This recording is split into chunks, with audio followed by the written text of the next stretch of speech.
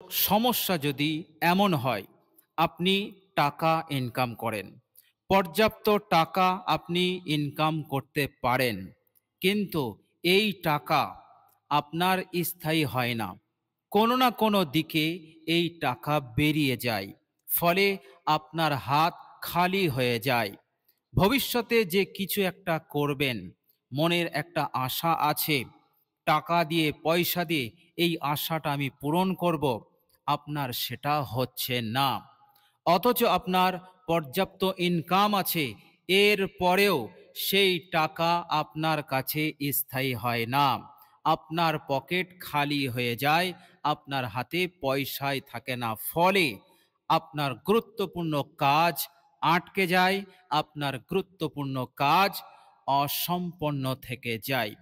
প্রিয় দর্শক, এভাবে করে আপনার যদি ইনকাম পর্যাপ্ত না হয়, আপনার ইনকাম হয়ই না, যতটুকু হয় একেবারে সামান্য, যতটুকু টাকা আপনার হাতে আসে তাতে করে আপনার সংসারই চলে না, আপনার হাজত প্রয়োজন কিছুই পূরণ হয় না।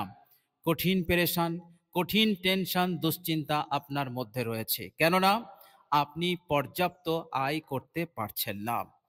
পরিশ্রমের অভাব নেই, কঠোর পরিশ্রম করছেন, প্ল্যান পরিকল্পনা সব চলছে, এরপরেও আপনি অসফল, এরপরেও আপনি হোঁচট খাচ্ছেন, আপনি মার খাচ্ছেন। প্রিয় দর্শক, এই রকমভাবে যদি আপনি সমস্যার মধ্যে থাকেন, কঠিন পেরেশানির মধ্যে থাকেন, তাহলে আজকের ভিডিওতে মাত্র 5টি সূরা আমি আপনাদেরকে বলবো। ছোট ছোট সূরা, 5টি সূরা। বিশ্বনবী সাল্লাল্লাহু আলাইহি সাল্লাম এই 5টি সূরা তেলাওয়াতের কথা বলেছেন। প্রিয় দর্শক, এই 5টি সূরা যদি আপনি এক জায়গায় বসে যদি আপনি তেলাওয়াত করেন, কতবার তেলাওয়াত করবেন? কমসে কম এই 5টি সূরা আপনি 3 বার করে পাঠ করবেন ইনশাআল্লাহ। এই 5টি সূরার তেলাওয়াতের বরকতে আপনার এই সমস্যা দূর হয়ে যাবে, ইনকাম বৃদ্ধি পাবে, ইনকাম বাড়বে এবং টাকা পয়সা স্থায়ী হবে, পরিপূর্ণ বরকত এসে যাবে। আল্লাহ রাব্বুল আলামিন আপনাকে এইভাবে করে ধনশালী বানাবেন।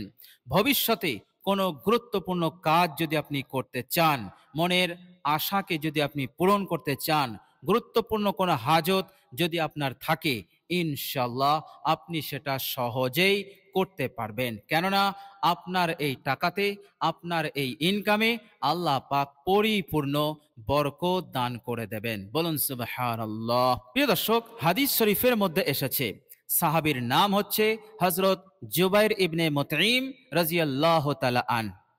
তিনার পরিচয় হচ্ছে তিনি একজন ধনী সাহাবী ছিলেন, অনেক টাকা পয়সাওয়ালা সাহাবী ছিলেন। আল্লাহ পাক তিনাকে এতটা দৌলত দিয়েছিলেন, কিন্তু তিনি নিজে বলছেন তিনার একটি সমস্যা ছিল, আর সমস্যা হচ্ছে এটাই, তিনার হাতে টাকা থাকতো না, পয়সা থাকতো না। তিনি টাকা পয়সা নিয়ে বাইরে বার হলে তিনি একেবারে, তিনার হাত খালি হয়ে যেত, একেবারে হাত খালি হয়ে তিনি বাড়ি ফিরতেন। আর বাড়ি ফেরার সময় তিনি অনেক সমস্যার সম্মুখীন হতেন, একেবারে বেহাল হয়ে যেতেন, অনেক ক্লান্ত হয়ে যেতেন, অসুস্থ হয়ে পড়তেন।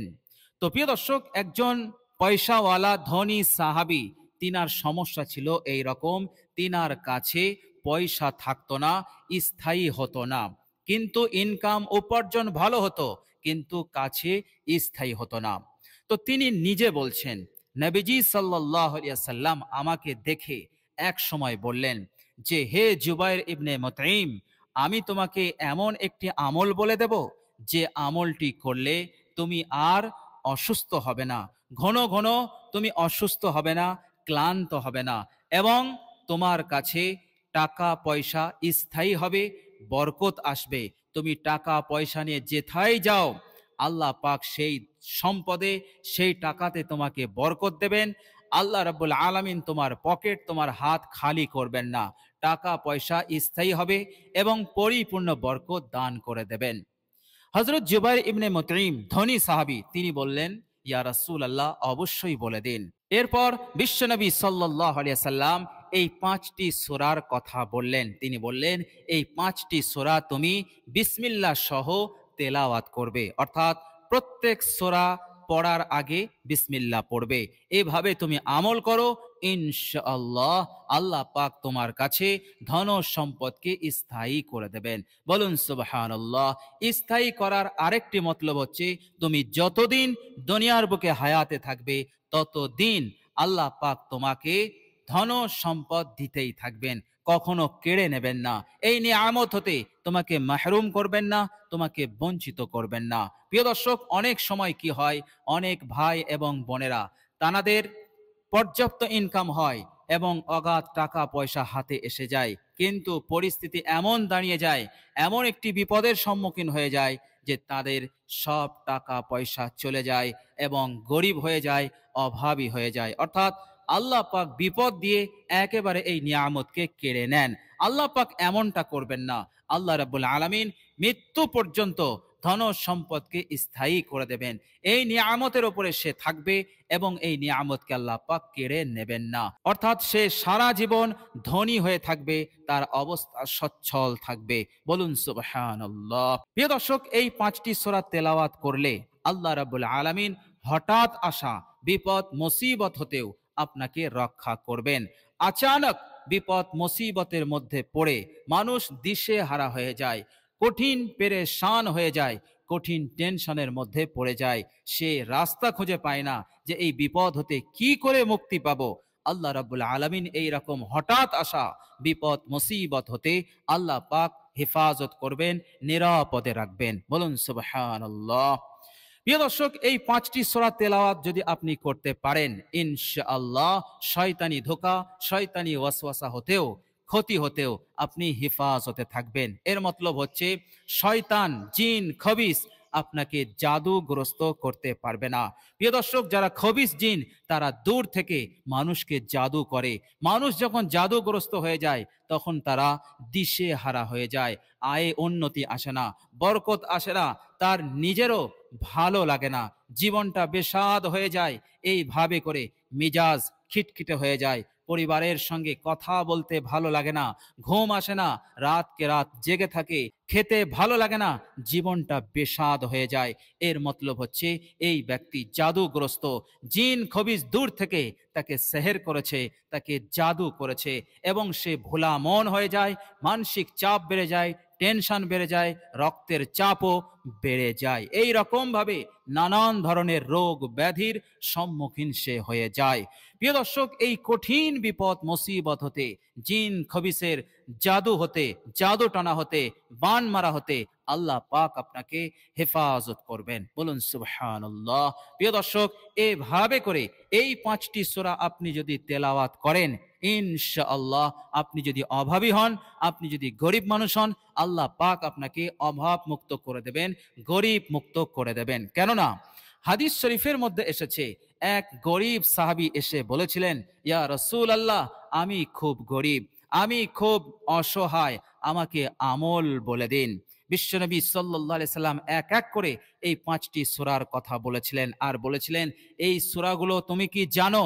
সেই সাহাবী বলেছিলেন, ইয়া রাসূলুল্লাহ, অবশ্যই আমি জানি। আল্লাহর নবী বললেন, তুমি গরিব হতে পারো না, তুমি ধনী। বলুন সুবহানাল্লাহ। এর মতলব হচ্ছে, এই সূরাগুলো যার জানা আছে সে কি করে গরিব হতে পারে।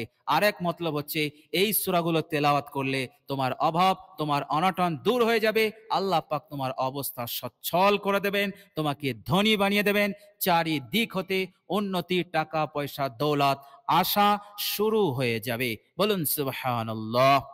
প্রিয় দর্শক, এই 5টি সূরা আল্লাহ পাক পবিত্র কোরআনুল কারীমের মধ্যে নাজিল করেছেন। এই 5টি সূরার তেলাওয়াত আল্লাহ পাক আপনার জন্য নূরের ওসিলা বানিয়ে দেবেন। কেননা হাদিস শরীফের মধ্যে এসেছে, হযরত আবু যর রাদিয়াল্লাহু তাআলা আনহু তিনি বলছেন, আমি রাসূলুল্লাহ সাল্লাল্লাহু আলাইহি সাল্লামকে বললাম, হে আল্লাহর রাসূল, আমাকে ওসিয়ত করুন, নসিহত করুন। আল্লাহর নবী সাল্লাল্লাহু আলাইহি সাল্লাম বললেন, হে আবু যর, আল্লাহকে ভয় করো।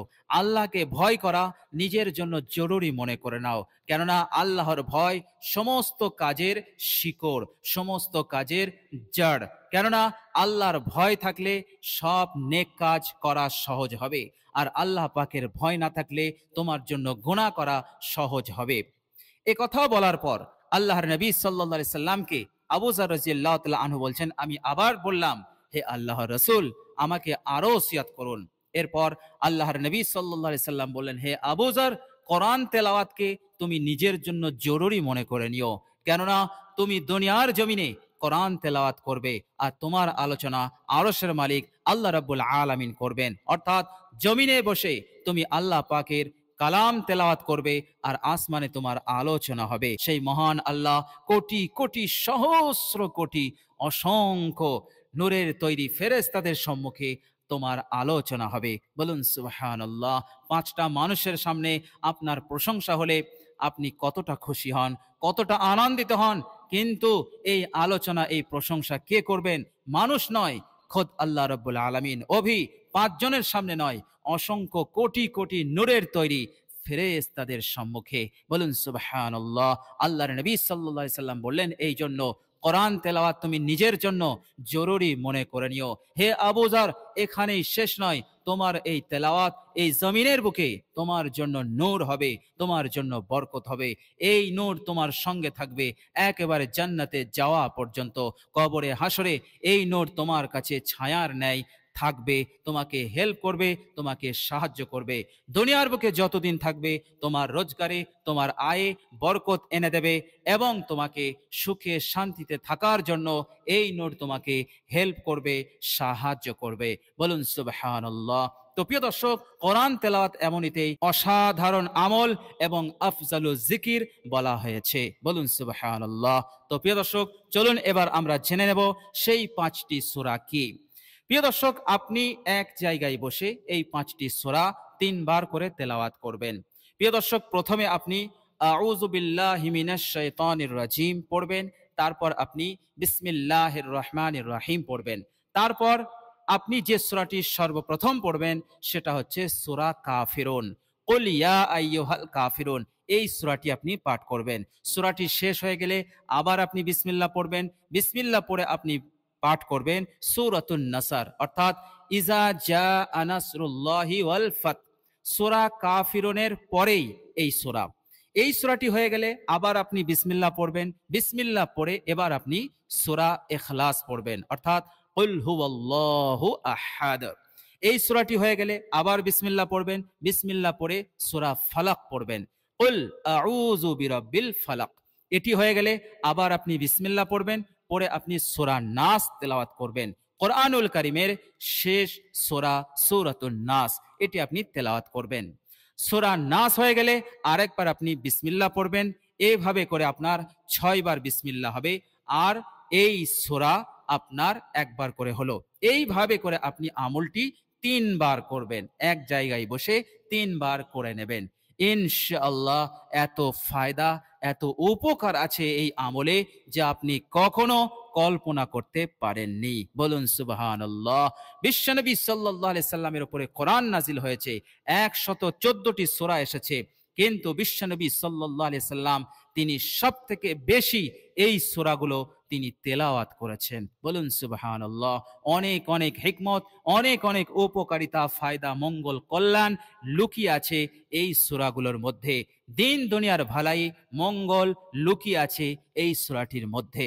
সুতরাং বিশ্বাস নিয়ে আন্তরিকতার সহিত, ইখলাসের সহিত আপনি তেলাওয়াত করুন। ইনশাআল্লাহ অবশ্যই আপনার মনস্কামনা পূরণ হবে, মনের আশা পূরণ হবে। আল্লাহ রাব্বুল আলামিন সুখী করবেন এবং দুনিয়া এবং পরকালে আল্লাহ পাক আপনাকে জান্নাতি বানাবেন ইনশাআল্লাহ।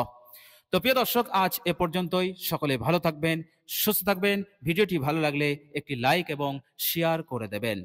প্রিয় দর্শক, ভিডিওটি এ পর্যন্ত ধৈর্য ধারণ করে দেখার জন্য আল্লাহ রাব্বুল আলামিনের কাছে দোয়া করি, আল্লাহ রাব্বুল আলামিন যেন আপনাদেরকে যে কোনো কঠিন জটিল সমস্যা হতে, সংকটময় পরিস্থিতি হতে যেন নাজাত দান করেন, বিপদ আপদ মুসিবতকে যেন দূর করে দেন, মনের আশা নেক বাসনা আকাঙ্ক্ষাকে আল্লাহ পাক পূরণ করে দেন এবং আল্লাহ রাব্বুল আলামিনের ইবাদতের উপরে আমাদেরকে যেন পাবন্দ বানিয়ে দেন এবং আমাদের জীবনের সমস্ত গুনাহরাশি মাফ করে দেন এবং আমাদেরকে যেন জান্নাতি বানিয়ে দেন। সকলে বলি আমিন সুম্মা আমিন। প্রিয় দর্শক, কমেন্ট বক্সে একবার আমিন লিখে দেবেন। শেষে আমার আন্তরিক সালাম নেবেন। আসসালামু আলাইকুম ওয়া রাহমাতুল্লাহি ওয়া বারাকাতুহু।